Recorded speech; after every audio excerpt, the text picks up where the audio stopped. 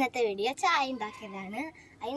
അതിന് വേണ്ടി നമുക്ക് ആവശ്യം വെള്ളം, പഞ്ചസാര, ചായപ്പൊടി.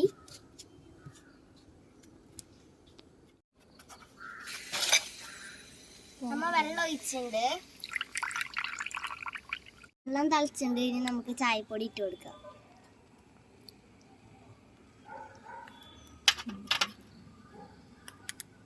ഇനി നമുക്ക് അതിലേക്ക് ആവശ്യമായ പഞ്ചസാര ഇട്ട് കൊടുക്കാം. 2 സ്പൂൺ പഞ്ചസാര ഇട്ട് കൊടുക്കണം. ചായ തിളച്ചു. ഇനി നമുക്ക് എടുത്ത് അരിക്കാം. ഇനി നമുക്ക് ചായ അരിക്കാം.